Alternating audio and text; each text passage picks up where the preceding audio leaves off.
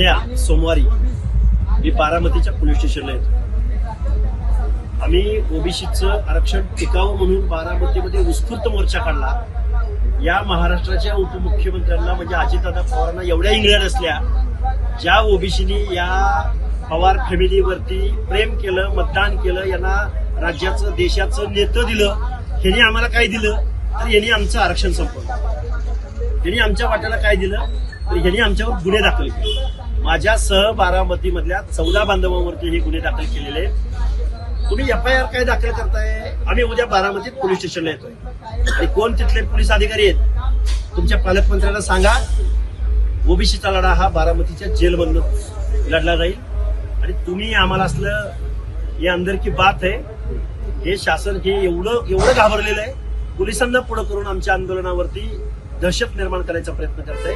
पण आम्ही याचं उत्तर निश्चित मतपेटीद्वारे देऊ. तुम्ही आमच्या मताचा उपकाराची फेड अपकाराने जी केली याचं उत्तर तुम्हाला येऊ घातलेल्या